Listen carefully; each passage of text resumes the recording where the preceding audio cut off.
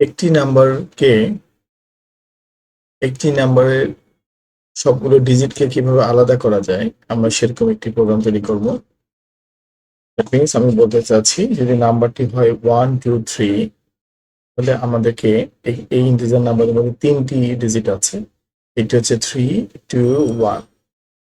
তাহলে আমাদেরকে এই 3টি ডিজিট আলাদা করে দেবে। এই প্রোগ্রামটির নামকরণ করা হয়েছে write a program to split all digits from an integer number. এই প্রোগ্রামটি কিন্তু একটা বেসিক প্রোগ্রাম। এই প্রোগ্রামটি যদি আমরা সলভ করতে পারি, তাহলে আমরা এই রিলেটেড অনেকগুলো প্রবলেম সলভ করতে পারবো। তাহলে ফর এক্সাম্পল, আমরা 1 2 3 4 অথবা 1 2 5 এরকম একটি ইন্টিজার নাম্বার ইনপুট হিসেবে দিব। আমরা আমাদের প্রোগ্রাম সেই সবগুলো নাম্বারকে আমাদেরকে আলাদা করে স্প্লিট করে দিবে, ডিজিটগুলোকে সেপারেট করে দেবে। ওকে, দ্যাট মিনস ইনপুটটি ছিল 123, বাট আউটপুট এসেছে 3 2 1।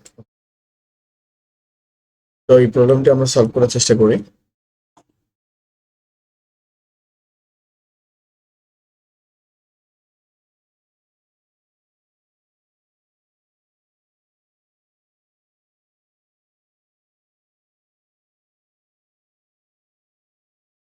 আমরা প্রোগ্রামটি শুধুমাত্র একটি মেইন ফাংশন দিয়ে তৈরি করব। আমরা ফাইলটিকে সেভ করে নিচ্ছি।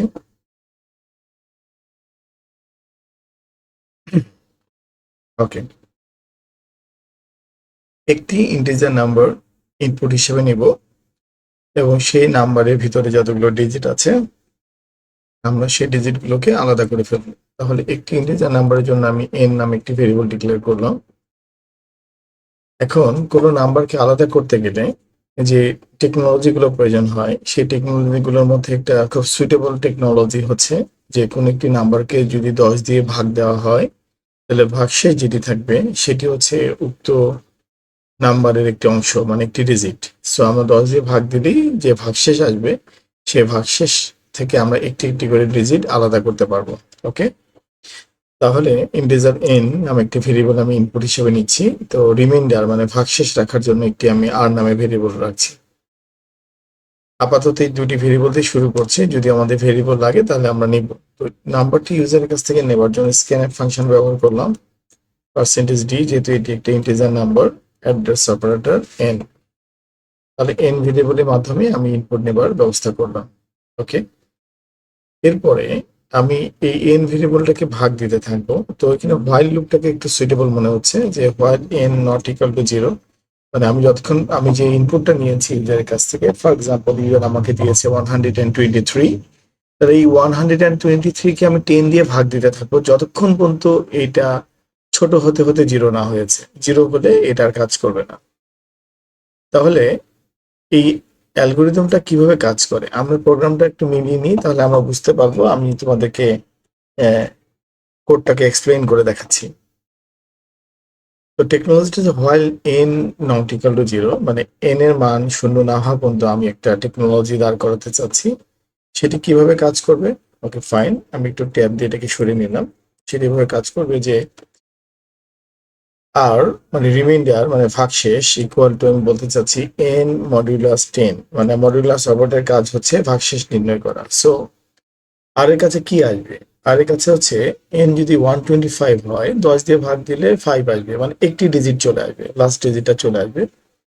ওকে, আর nটাকে তখন আমি ছোট করে নেব। তো n ইকুয়াল টু n/10, মানে 10কে 10 দিয়ে ভাগ দিলে যে ভাগফলটা থাকবে সেইটা আমাদের নতুন নাম্বারে পরিণত করব। তারপরে নাম্বারটাকে ছোট করে ফেললাম। r equal to n modulus 10, এখানে ভাগশেষ আসবে, আর n ইকুয়াল টু n/10, এখানে ভাগফল আসবে। সো ভাগফলটা আবার আমরা নতুন নাম্বারে পরিণত হচ্ছে কিভাবে? n কে বলছি তুমি নতুন নাম্বারটা নিয়ে নাও। কোন নাম্বারটা? n/10, মানে তোমার যে নাম্বার ছিল আগে সেকে 10 দিয়ে ভাগ দিলে যে নাম্বারটি হয় সেটি।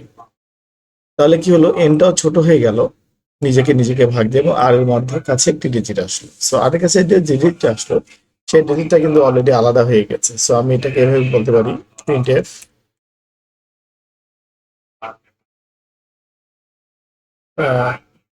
%d, ওকে, \n, মানে নতুন লাইনে একটা একটা করে দেখাবে।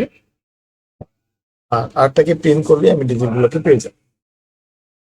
ওকে, আমি এটা কম্পাইল এন্ড রান করে দেখি আউটপুটটা সঠিক আসছে কিনা, তারপরে আমি এটা এক্সপ্লেনেশনে যাচ্ছি। ফর এক্সাম্পল ইনপুট দিচ্ছি 1 2 3 4 5, সো আউটপুট এসেছে দেখো 5 4 3 2 1, সবগুলো ডিজিট আলাদা হয়েছে। ওকে, সো প্রাথমিকভাবে এই প্রোগ্রামটাকে আমরা তাহলে মেনে নিতে পারি। সো এখানে একটু ডিজাইনের কাজ করি। ফর এক্সাম্পল এখানে দিয়ে দিই printf inter and integer number. Okay, integer number আমরা প্রেস করতে বললাম, তাহলে সে স্ক্যানএফ করলো, দেখতে সুন্দর হবে, ইউজার ফ্রেন্ডলি হবে। আর এখানে একটা একটা করে তো ডিজিট আলাদা আলাদা ভাবে দিচ্ছে, সো এখানে আমাদের এটা নিয়ে টেনশন নাই যে এটা কততম ডিজিট। ওকে, আবার কম্পাইলার রান করি, ইন্টার ইন্টিজার নাম্বার এখানে এইভাবে দেখাচ্ছে। সো আমি যদি 5 4 1 2 দিই, তাহলে 2 1 4 5, মানে দেখো লাস্ট ডিজিটটা ছিল 2, তারপরে ছিল 1, তারপর ছিল 4, তারপর ছিল 5, সবগুলো সুন্দরভাবে স্প্লিট হয়ে গিয়েছে। ওকে, এবার এই ঘটনাটা কিভাবে ঘটলো, কাজটা কিভাবে কাজটা করলো, সেটা যদি আমরা একটু এক্সপ্লেন করি, তাহলে দেখো আমরা এটা এক্সপ্লেনেশন পার্টে আসতেছি। দেখো আমরা এটা এক্সপ্লেনেশন পার্টে আছি। ফর এক্সাম্পল আমরা একটা স্যাম্পল ব্যবহার করছি, n ইকুয়াল টু 1 2 3। ওকে, তাহলে n ইকুয়াল টু যদি 1 2 3 হয়, মানে n এর নাম্বার হচ্ছে 1 2 3, 123 একটা সলিড ডিজিট আমরা n কে দিয়েছি। এখন যদি আমরা এই কাজটা করি, সেটি হচ্ছে যে কিভাবে টেকনোলজিটা কাজ করছে একটু বোঝার চেষ্টা করো। যে আমি যদি কোনো কিছুকে 10 দিয়ে ভাগ দিই, 1 2 3 কে দিয়ে ভাগ দিই, তাহলে হচ্ছে 10 ইন্টু 1, দেখো ভাগ শেষ কত থাকে 2, তাহলে উপর থেকে আসে 23, তাহলে 10 ইন্টু 2 20, তাহলে দেখো রিমাইন্ডার মানে ভাগ শেষ কত থাকে ফাইনালি 3। এই 3টাকে আমরা আর কে নিয়েছি, এই জন্য আমরা কোডে বলেছি আর equal to n modulus 10। That means modulus অপারেটরের কাজ হচ্ছে, এটা হচ্ছে n মডুলাস 10। ওকে, তোমাদের বোঝার সুবিধার্থে আমি এটাকে আবার সুন্দর করে লিখছি। আর কে আমরা কি বলেছি, দেখো আর কে বলেছি হচ্ছে n মডুলাস অপারেটরের কাজ হচ্ছে ভাগশেষ বের করা, এটা হচ্ছে পার্সেন্টেজটাকে আমরা মডুলাস অপারেটর বলি, n mod 10।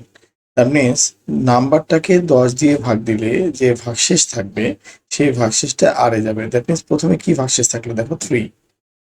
তাহলে দেখো 1 2 3 এই পুরো নাম্বারটা থেকে আমরা কিন্তু এখন একটা কাজ করতে পারছি, সে কাজটি হচ্ছে আমরা এই 3টাকে আলাদা করে ফেললাম। ওকে, 3 ইজ স্প্লিটেড, এই 3 কিন্তু আলাদা হয়ে গেল। ওকে, সো 3 এভাবে প্রিন্ট হয়ে গেছে। এখন আসো যে আমরা যদি বারবারই 1 2 3 কে ভাগ দিই, তাহলে তো একই জিনিস আসবে। এই জন্য আমরা n এর মানটাকে পরিবর্তন করে নিয়েছিলাম। এবার n এর মান কিভাবে পরিবর্তন করে নিলাম, কোডের মধ্যে দেখো আমরা বলেছিলাম n equal to n by 10, মানে n কে n দিয়ে ভাগ দিলে, n কে 10 দিয়ে ভাগ দিলে যে মানটা থাকবে সেটা এনে যাবে। তাহলে n ইকুয়াল টু কত হবে, তুমি দেখো 1 2 3 কে যদি আমি 10 দিয়ে ভাগ দিই, তাহলে ভাগফল কত আসছে, যেখানে দেখো 12 আসছে, তাহলে ভাগফল আসবে হচ্ছে 12। So this is the new number.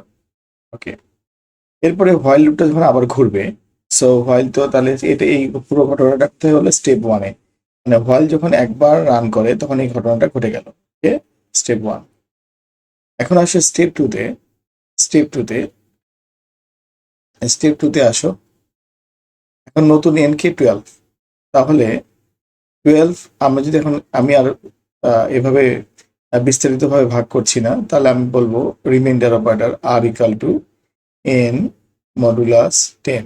Okay, n কে 10 দিয়ে ভাগলে ভাগশেষ কত হয়, n এর নতুন মান কি বলো 12। 12 কে 10 দিয়ে ভাগ দিলে দেখো ভাগশেষ কত আসবে, তোমরা ক্যালকুলেট করে দেখো 2 আসবে। সো 2 কিন্তু আলাদা হয়ে গেল। সো এই যে আমাদের নতুন মান ছিল 12। ওকে, 12 থেকে কি হলো, 2টাকে আমরা আলাদা করে ফেললাম। তাহলে 2টাকে যদি আমরা আলাদা করে ফেলতে পারি, তাহলে দেখো আমাদের মূল যে নাম্বারটা ছিল সেই নাম্বারটা থেকে দেখো এখানে 2, এই 2টাকে আমি স্প্লিট করে ফেললাম। সো 2 আমি অলরেডি 3, তারপরে হচ্ছে প্রিন্ট হবে 2, তাহলে কিন্তু আলাদা হয়ে যাচ্ছে। সো আলাদা আলাদাভাবে প্রিন্ট হয়ে যাচ্ছে। তারপরে থাকে কি, তারপরে আমাদের কোড যেভাবে আমরা লিখেছি সেই কোডের নিয়ম অনুযায়ী আমরা এখানে লিখতে পাচ্ছি এরকম, দেখতে পাচ্ছি n ইকুয়াল টু, আমরা বলেছিলাম n/10। তাহলে n ইকুয়াল টু n/10 মানে কি? যখন আমি 12কে 10 দিয়ে ভাগ দিয়েছি, ভাগশেষ 2 থাকলো, কিন্তু ভাগফল কি থাকলো? দেখো ভাগফল কি থাকে। যদি 12কে আমরা 10 দিয়ে ভাগ দিই, 10 ইন্টু 1 10, ভাগশেষ 2 হয়, কিন্তু ভাগফল কি হয়? 1। সো n এর মান হবে কিন্তু এখনো 1।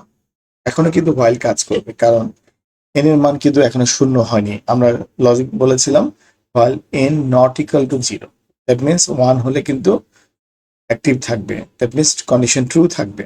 ওকে, ইন্টিজার নাম্বারের নিয়ম অনুযায়ী যদি আমি 1কে 10 দিয়ে ভাগ দিই, তাহলে কি ভাগ যাবে? ভাগ যাবে না। যেহেতু ডাটা টাইপ ইন্টিজার, n এর মান ইন্টিজার এবং আমরা r এর মানও ইন্টিজার লিখেছি, সো ফ্র্যাকশন রিসিভ করবে না। ইন্টিজার ডিভাইড এবং যে ফর্মুলা হচ্ছে, ইন্টিজার ভাগফলের যে নিয়ম হচ্ছে সেটি হচ্ছে, যেহেতু এটা ইন্টিজার ডাটা টাইপ, ফ্র্যাকশনে যেতে পারবে না, এই জন্য ভাগ গেল না বলে ভাগফল আসবে 0 এবং ভাগশেষ আসবে 1। আর এর নতুন মান তৈরি হবে 1। ওকে, আর n এর মান হয়ে গেল 0। তাহলে স্টেপ 3-তে যে কি হলো, দেখো স্টেপ 3-তে যে ঘটনাটা ঘটলো সেটা হচ্ছে এটা। স্টেপ 3-তে যাওয়ার পরে আমাদের আর এর মানটা আলাদা হয়ে গেল এবং n এর মান তৈরি হলো 0। তাহলে যে ঘটনাটা হলো, আর এর যেহেতু মান তৈরি হয়ে গেল, তাহলে আমরা যে কাজটি করতে পারতেছি সেটা হচ্ছে এই 1টাও আলাদা হয়ে গেল, 1টাকে আমরা প্রিন্ট করলাম। সো দেখো আমাদের মূল নাম্বারটা ছিল 1 2 3, সো এখানে 1 আলাদা হয়েছে, 2 আলাদা হয়েছে, 3 আলাদা হয়েছে, এটা স্প্লিট হয়েছে। টেকনোলজিটা কি? টেকনোলজিটা কিছুই না, টেকনোলজি হচ্ছে 10 দিয়ে ভাগ দিলে ভাগফলটা হয়ে যাবে নতুন নাম্বার, আর ভাগশেষটা হয়ে যাবে রিমাইন্ডার, মানে ভাগশেষটাকে আমরা আর বলছি। এই ভাগশেষটাকে আমরা আলাদাভাবে প্রিন্ট করে ফেলছি। সো ভাগশেষ প্রিন্ট হয়ে যাচ্ছে, ভাগশেষ প্রিন্ট হয়ে যাচ্ছে, ভাগশেষ প্রিন্ট হয়ে যাচ্ছে। সো এই টেকনোলজিটা আমরা কাজে লাগাতে পারি। সো লাস্ট আর এর নাম্বার ছিল 1 এবং n এর নাম্বার হচ্ছে 0। সো n এর মান যখন 0 হয়ে যাবে, তখন আমরা একটু কোডের দিকে তাকাই। আমরা কোডে কি বলেছি? আমরা কোডে বলেছি while n not equal to 0, মানে n যতক্ষণ পর্যন্ত 0 থাকবে না ততক্ষণ পর্যন্ত এই লুপটি কাজ করবে। সো দেখো এই লুপটি রিমাইন্ডার বের করছে এবং n কে ছোট করে ফেলছে ভাগ দিয়ে দিয়ে, এবং আর এর মানটা প্রিন্ট করছে। So this is the technology. আমরা এইভাবে একটা ইন্টিজার নাম্বারের ডিজিটগুলোকে আলাদা করে ফেলতে পারি। তবে এই ডিজিটটি আলাদা হচ্ছে কিন্তু ব্যাকওয়ার্ড থেকে, দ্যাট মিনস 1 2 3 যদি একটি নাম্বার হয়, তাহলে এটা ফ্রন্ট সাইড থেকে না, ব্যাক সাইড থেকে স্প্লিট হচ্ছে। সো 3 আলাদা হয়ে গেল, 2 আলাদা হয়ে গেল, 1 আলাদা হয়ে গেল, আমরা ডিজিটগুলোকে আলাদা আলাদাভাবে পেয়েছি। এই প্রোগ্রামটি এখানেই শেষ করছি। এরপরে আমরা এই প্রোগ্রামের একটি সিনিয়র ভার্সনে চলে আসবো।